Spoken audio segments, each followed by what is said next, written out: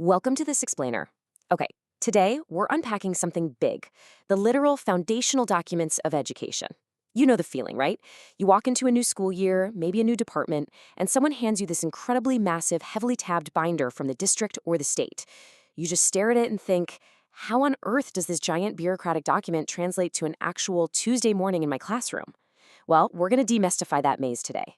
We'll start way up at the macro level of institutional planning and smoothly zoom all the way down to the micro level of your daily classroom design. So let me just ask you right off the bat, curriculum or syllabus? What's the actual difference? Honestly, it sounds like a basic trick question, doesn't it? These two terms get tossed around, swapped, and used interchangeably all the time, even by super seasoned pros. But as we'll see today, mixing them up isn't just semantics. Understanding this distinction is absolutely crucial. It can fundamentally alter how you design a course, how your students actually learn, and, maybe most importantly, how much professional freedom you have as an educator. Okay, here's our roadmap for today. First, curriculum versus syllabus. Second, starting points in design.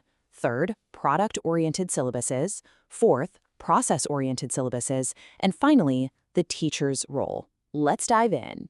Section 1. Curriculum versus syllabus. The big picture. When we put these two concepts side by side, a really clear line in the sand emerges between the institutional why and the classroom what. Curriculum represents the broad, long-term educational program. It wrestles with those massive philosophical questions.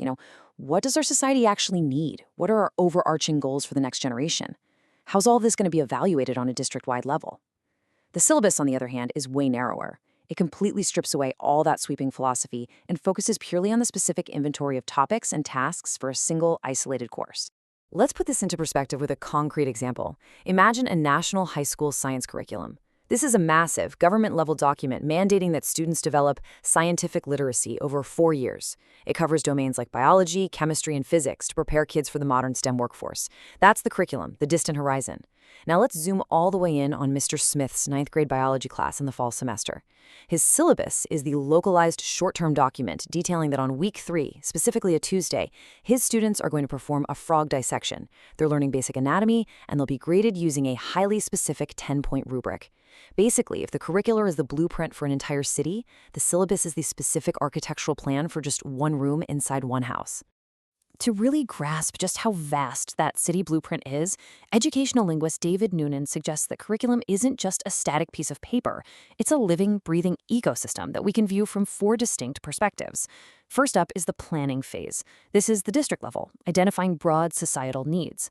Second, there's the curriculum in action as it actually trickles down into the school. Third is the reality check, assessment and evaluation. Did the student body actually hit those national standards? And fourth, surrounding the whole shebang, is institutional management. This is the heavy bureaucracy, school budgets, instructional minute constraints, resources. The curriculum literally has to absorb all of that friction. By contrast, a syllabus strips away all that institutional management and national budgeting. It focuses purely on the boots-on-the-ground reality. It's simply the localized selection and grading of specific course content and materials. This is the immediate translation layer.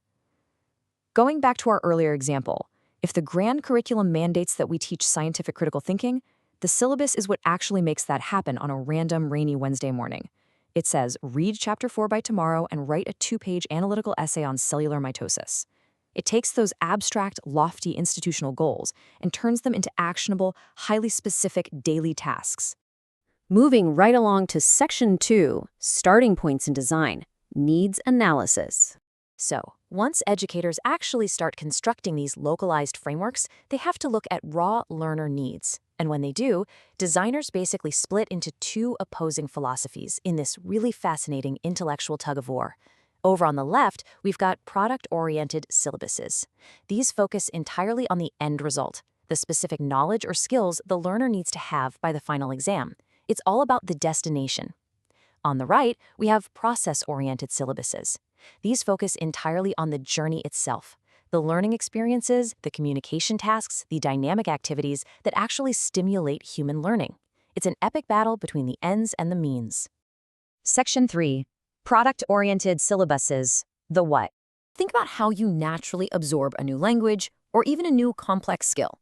Within product-oriented syllabuses, there are 2 traditional heavyweights that tackle this. First is the grammatical syllabus, which takes a synthetic approach. It assumes language is just a set of distinct, isolated rules. You learn them one by one, basically snapping them together like building bricks into a wall. The second is the functional notional syllabus, which uses an analytic approach. Instead of isolating grammar, it drops learners straight into chunks of language based on communicative purposes. The learner then analyzes those chunks to figure out the patterns for themselves. Let's look at an example to really feel the difference here. In a traditional grammatical syllabus, your learning objective for week 4 might literally be mastering the simple past tense.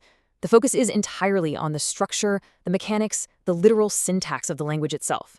The learner is expected to practice these mechanics, internalize this discrete grammar rule, and add it to their mental inventory. The massive danger here, of course, is the rigidity. A student might master the simple past flawlessly on a written test, right? But then they completely freeze up when they're standing in a bakery in Paris actually trying to explain what they bought yesterday. Now look at the functional notional alternative. In this analytic syllabus, that exact same grammar is taught, but the objective is framed completely differently. Learning how to talk about the things you did last weekend. This is a real game changer. The starting point is no longer a dry, abstract grammar rule, it's a real-world communicative need. You're still learning the simple past, but you're doing it because you need it to accomplish a specific human function. Learner motivation completely skyrockets here because they immediately see the practical, real-world application of what they're actually studying. Let's switch gears. Section 4, Process-Oriented Syllabuses, the how. Over time, a lot of educators realized that focusing purely on the end product kind of missed the messy, dynamic reality of how human beings actually learn. So they shifted to the process. A process-oriented syllabus might be entirely task-based. Picture a classroom where the syllabus isn't a list of vocabulary words, but a list of survival skills. Things like navigating a phone call to dispute a utility bill, drawing an accurate map based on rapid oral instructions, or effectively delegating tasks to a team. The whole philosophy here is that communication is a continuous process. By prioritizing real-world survival, learners pick up the necessary language totally naturally while just trying to accomplish the task in front of them. But wait, how do you organize a class around complex real-world tasks without it just devolving into a chaotic list of fun but ultimately aimless activities? Well, enter researcher Michael Long. He established a rigorous 4-step procedure that completely structures this approach. Step 1. Conduct a deep needs analysis to find out what target tasks the learner actually needs to survive in their real world. Step 2. Classify those target tasks into broader types. Step 3. Derive safe, classroom-friendly pedagogical tasks from those types. And Step 4. Sequence those tasks logically to form the actual syllabus. It literally takes the chaos of the real world and molds it into a fully sequenced, highly actionable educational plan. And finally, Section 5. The teacher's role. Consumer or creator? We've talked a ton about academic theory today, but let's bring this right back to you, the educator. Who is actually doing this design work? There's this incredibly powerful quote from Bell, published back in 1983, that still absolutely hits the nail on the head today.